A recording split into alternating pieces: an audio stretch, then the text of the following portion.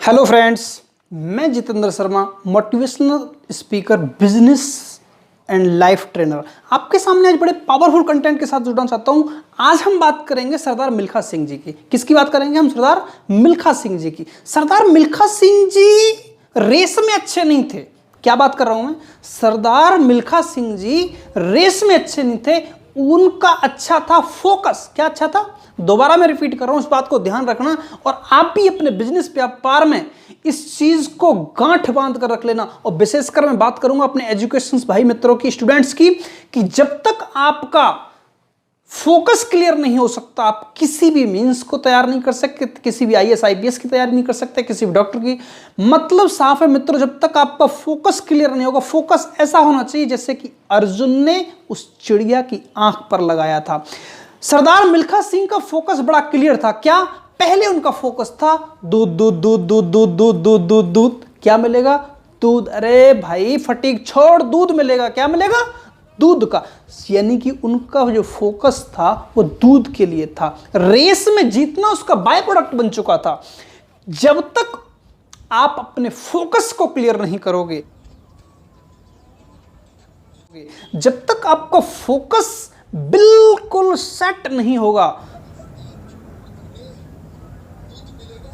तब तक आप कहीं भी सफल नहीं हो सकते। चाहे आपका बिजनेस हो, व्यापार हो, रेस हो, जिंदगी की रेस हो, या व्यापार की रेस हो, या परिवार की रेस हो। मित्रों, आपका फोकस क्या है? आपका फोकस उन बातों पर है जिन बातों से आप बिजनेस से डिस्ट्रैक्ट होते हो, जिन बातों से आप बिजनेस में पीछे हटते हो। आपका फोकस वहां है जहां आपका परिवार किसी समाज में आगे नहीं बढ़ रहा है। आपका समाज, आपका जो परिवार है, समाज से पीछे हट रहा है। आपका फोकस कहां होना है ये आपको डिसाइड करना है। आपका फोकस क्या है आपको डिसाइड करना है। परेशानी ये नहीं है, परेशानी ये नहीं है कि आपको गोल अचीव नहीं हुआ। परेशानी ये नहीं है कि आपको गोल अचीव नहीं हुआ। परेशानी ये है कि आपने अभी गोल बनाया ही नहीं, आपने अभी गोल सेट ही नहीं किया। Not a big problem, not a big problem, your goal is not achieve. Problem is this, your goal is not decided. अभी तक आपने अपने गोल को सेट ही नहीं किया, ये सबसे बड़ी प्रॉब्लम है। दूसरी बार मिल्खा सिंह का क्या टारगेट था? दूसरी बार टारगेट था इंडिया की जैकेट, इंडिया की जैकेट, इंडिया की जैकेट, इंडिया की जैकेट। आपका दूसरा गोल क्या है?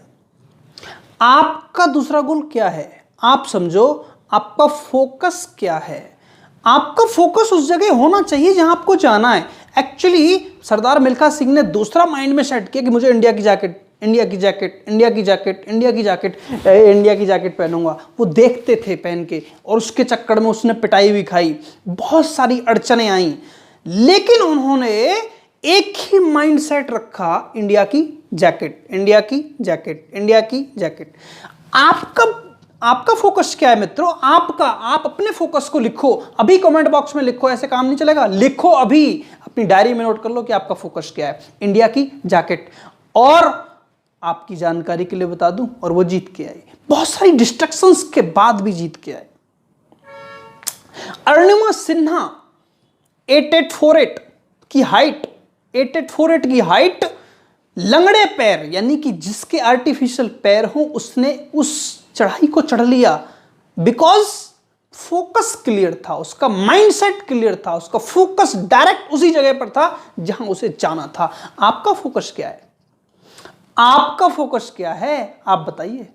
जब सरदार मिल्खा सिंह पहली बार ऑस्ट्रेलिया गए और वहां से उस रेस को हार के आ गए, तो उन्होंने फाइंड किया अपने डिस्ट्रैक्शन लेवल को कि कैसे उनको डिस्ट्रैक्शन हुई। पहली बार गए थे ऑस्ट्रेलिया, गोरी गोरी मैडम दिखी, अच्छा गाना था, पार्टी में गए, पार्टी ले ली, लेकिन उन गोरी मैडमों ने उसके माइंडसेट को डिस्टर्ब कर दिया, डिस्ट्रैक्ट कर दिया, डिस्ट्रॉय कर दिया। मित्रों, समझने की कोशिश करो। हर जगह, आप जब मंजिल पर जाते हो ना, हर जगह कहीं ना कहीं अड़चनें आती हैं। आप अपनी अड़चनों को पहचानो। आप लिखो आपकी जिंदगी में क्या अड़चन आ रही है, उस अड़चन को दूर करने के साथ साथ उस मंजिल तक पहुंचने के लिए आपको क्या करना है? आपको क्या करना है? मेहनत करते रहना, करते रहना, करते रहना, करते रहना है। आपका 45.9 क्या है? तो उस कोच ने, सरदार मिल्खा सिंह के कोच ने उससे बोला कि 45.9 का जो पर्चा था वो मुझे वापस दे। वापस यानी कि वो रिटर्न वापस मांग रहे थे, नहीं दिया। पहाड़ पर गए, रेस की, बहुत सारी मेहनत की, लेकिन उस जगह उसको पहुंचना था, उस मंजिल तक उसको पहुंचना था, उस डिस्ट्रैक्शन लेवल को खत्म करना था। तो जब ऑस्ट्रेलिया से वापस आए, उनको पता चला कि डिस्ट्रैक्शन लेवल, जब इंडिया में ही, अपने ही देश में एक देवी आई तो उनको हाथ जोड़कर नमस्कार करने लगे, हे देवी, तुम्हारा कसूर नहीं है, तुम्हारी कोई गलती नहीं है, मैं डिस्ट्रैक्ट हो जाता हूं, मैं डिस्ट्रैक्ट हो जाता हूं। मतलब समझने की कोशिश करो मित्रों, आप क्या करते हो? सुबह से शाम तक सोशल मीडिया में लगे होते हो, कभी व्हाट्सएप है, कभी फेसबुक है, कभी व्हाट्सएप है, कभी फेसबुक है, कभी ट्विटर है, कभी टिकटॉक है। क्या समझ रखा है आपने इनको? आप अपने समय को इस तरीके से बांध देते हो। आप ये नहीं समझते हो कि ये कितना बड़ा डिस्ट्रैक्शन लेवल है। आप अपने व्यापार में, आप अपने समाज में, आप अपने परिवार में सिर्फ और सिर्फ और सिर्फ उन्हीं चीजों पर फोकस करें जिन पर आपको करना चाहिए। आप उस फोकस को क्लियर करो मित्रों। Identify, find your destruction level. Destruction किस किस चीज से होता है? अगर आपकी एजुकेशन में डिस्ट्रक्शन हो रहा है तो उसकी वजह क्या है? आपके परिवार में कलह में किस वजह से डिस्ट्रक्शन हो रहा है तो उसका डिस्ट्रक्शन क्या है? आपके बिजनेस में बढ़ोतरी नहीं हो रही है तो उसके डिस्ट्रक्शन लेवल क्या है? आपके समाज में अगर वृद्धि नहीं हो रही है तो आपके उसके डिस्ट्रक्शन लेवल क्या है? आप किसी भी एंगल से ग्रोथ नहीं कर पा रहे हो, ग्रोथ नहीं रुक रही, आपका इंटेलेक्चुअल माइंड लेवल भी अगर नहीं ग्रो कर रहा है तो इसका भी डिस्ट्रक्शन लेवल जरूर होगा।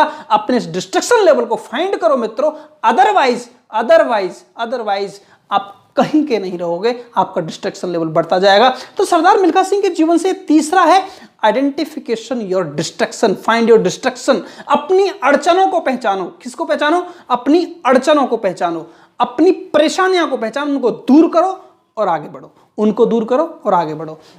अपना सोशल मीडिया का टाइम डिसाइड कर लो मित्रों कि दिन में 20 मिनट से ज्यादा व्हाट्सएप यूज नहीं करना, फेसबुक यूज नहीं करना, ट्विटर यूज नहीं करना, 25 मिनट करना, 1 घंटे करना मैक्सिमम।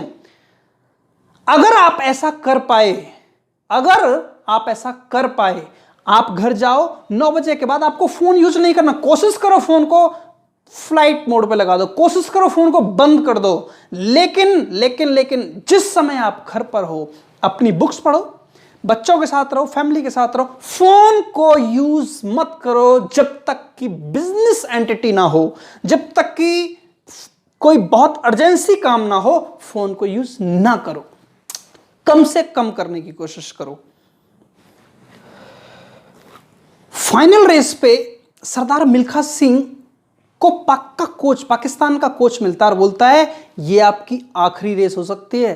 तो पता है मिल्खा सिंह क्या कहते हैं? मिल्खा सिंह कहते हैं भागूंगा मैं ऐसे ही,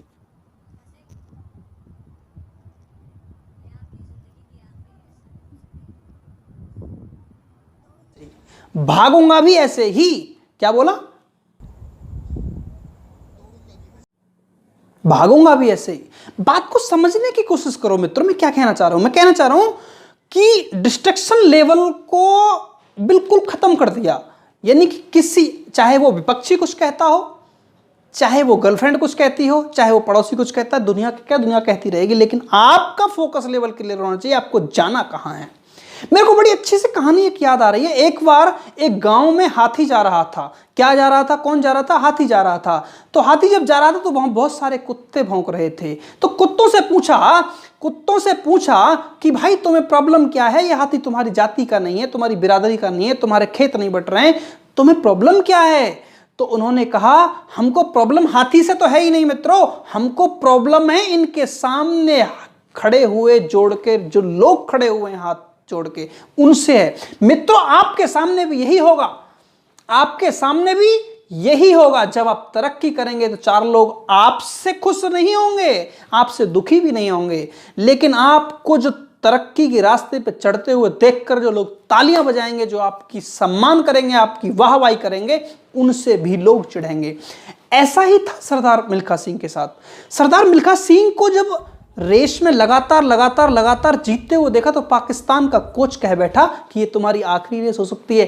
पैरों में लगा हुआ है, पैरों में चोट है, लोगों के ताने हैं, लेकिन टारगेट है, जीतना है। क्या करना है? जीतना है। जाने से पहले क्या कह के गए थे अपनी गर्लफ्रेंड से?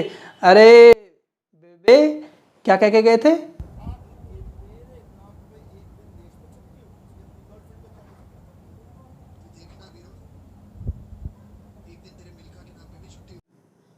उनसे कह के गए थे, देखना एक दिन तुम्हारे मिल्खा सिंह के नाम पर भी देश में छुट्टी हुआ करेगी।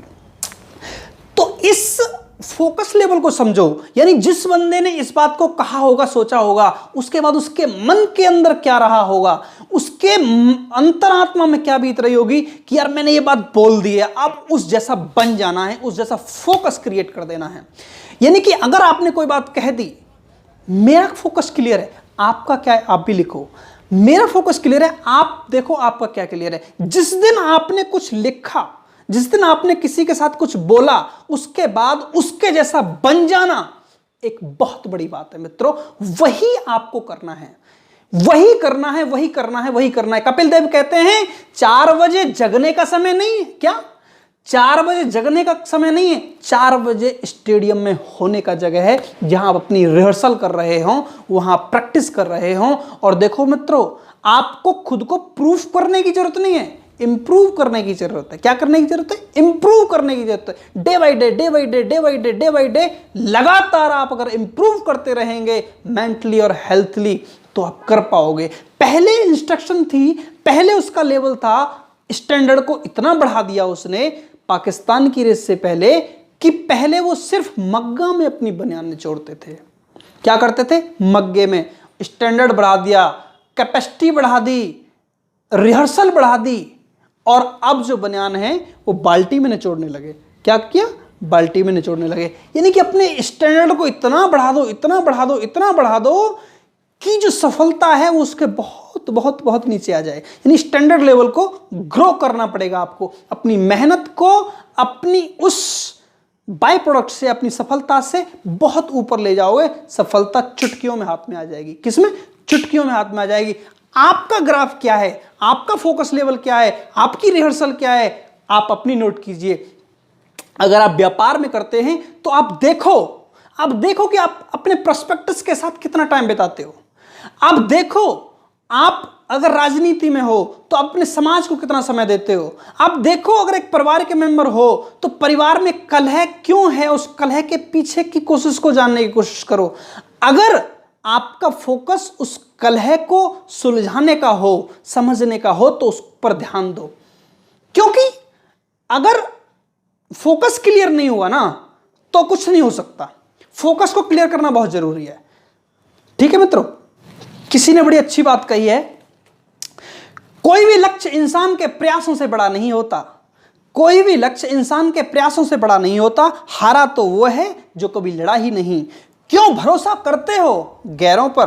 क्यों भरोसा करते हो गैरों पर, जब चलना है तुझे अपने खुद के पैरों पर। मित्रों, ब्रूस ली कहते हैं, मुझे उससे कभी डर नहीं लगता जो 10,000 तरीके से प्रैक्टिस करता है, मुझे उससे हमेशा डर लगता है जो एक प्रैक्टिस को 10,000 बार करता है, क्योंकि अगर उसने एक पंच मुझ में मारा तो मैं धाराशायी हो जाऊंगा। इसलिए आप अपने उस 10,000 के पंच को कब तैयार कर रहे हो? अगर आप एक डायलॉग को लगातार लगातार लगातार लगातार बार बार बोलते हो तो आपके माइंड में, सबकॉन्शियस माइंड में फीड हो जाता है। आपकी बॉडी उसी तरीके से क्रिएट करने लगती है, उसी तरीके से एनर्जी जनरेट करने लगती है, उसी तरीके से एक्शन लेने लगती है। और एक बात, सरदार मिल्खा सिंह जी कहते हैं, मैंने 80 रेसों में से 77 रेसें जीती, लेकिन सभी का जो क्रेडिट दूंगा मैं अपने मेंटोर को दूंगा, अपने कोच को दूंगा, अपने सीनियर को दूंगा, अपने बॉस को दूंगा। इस चीज को मत भूलना मित्रों। जब भी कोई काम आपकी नजर से हटकर हो, आपके सोचने से परे हो, तो समझ लेना ये भगवान की कृपा है, गुरु की कृपा है, आपके पीछे किसी ना किसी का हाथ है। इस पे एक कहानी और मुझे याद आती है। अर्जुन और कर्ण की लड़ाई हो रही होती है। जब युद्ध हो रहा होता है तो अर्जुन कर्ण के युद्ध को 7 कदम पीछे ढकेल देता है, 7 कदम पीछे ढकेल देता है और कहता है देखो भगवान, मैंने कर्ण के इस रथ को 7 कदम पीछे हटा दिया। लेकिन जब कर्ण बाण चलाता है तो सिर्फ 3 कदम पीछे हटता है। तो श्री कृष्ण भगवान कहते हैं, हे पार्थ, ये तेरी गलतफहमी है, कर्ण तुझसे ज्यादा बलवान है। क्यों? क्योंकि तेरे इस रथ के ऊपर 3 लोगों का भार लेके मैं बैठा हूं, ऊपर वीर बजरंगी बैठे हैं, उसके बावजूद भी अगर वो 3 कदम उठा रहा है तो बलवान तो कर्ण ही हुआ ना। उसके भ्रम को तोड़ने के लिए हल्का सा भार हनुमान जी ने हटाया, हल्का सा भार भगवान श्री कृष्ण ने हटाया और कहते हैं कि कर्ण ने जब बाण लगाया तो काफी दूर तक अर्जुन का रथ उड़ गया था। यानी कि बात को समझने की कोशिश करना, अगर आपकी सफलता आप किसी मुकाम पर हो तो अपने बुजुर्गों की वजह से हो, अपने बड़ों की वजह से हो, आपके अंदर कोई काबिलियत नहीं है, ऐसा मैं मानता हूं मित्रों। आज मैं जिस मुकाम पर हूं, मेरे अपनों का साथ है, मेरे उन लोगों का साथ है, मेरे मेंटरों का साथ है, मेरे सीनियर्स का साथ है, जिन लोगों ने मुझे इस मुकाम तक करने के लिए हर संभव प्रयास किया, मेंटली, फिजिकली, साइकोलॉजिकली।